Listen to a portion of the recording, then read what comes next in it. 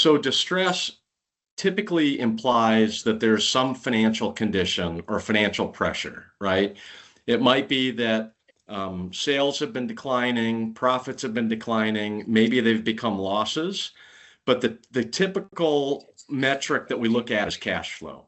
Okay. And if they're burning cash and they're getting to the point where they're going to run out of cash and credit, then they're distressed. And that's when they need to make some radical changes to make sure that the company survives. And then would you be able to walk us through like what are some of the early warning signs that indicate a company is heading towards distress even before the financials might clearly show it? Sure. And obviously, the financials, you do see some things that may not show distress, like sales going down, profits declining on a trending basis. And then something that's more subtle in the financials is when the gross margin starts to erode.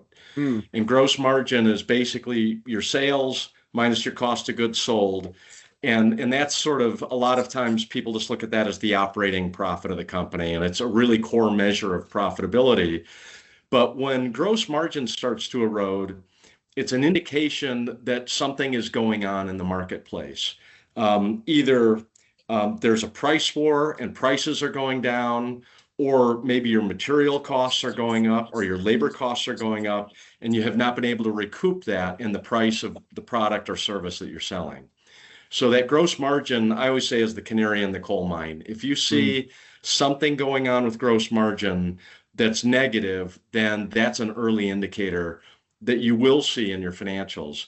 But some of the other things that we see, oftentimes we'll see quality issues, and quality issues will begin to lead to real issues financially. Those quality issues can be in the service or in the product. We'll also see organizational issues. If there's turnover with staff, high levels of turnover, that's a warning sign. If there's turnover of executive level staff or high level staff, that's really a big warning sign. And if you lose a bunch of salespeople, that's oftentimes the beginning of something really bad that's going to happen for an organization.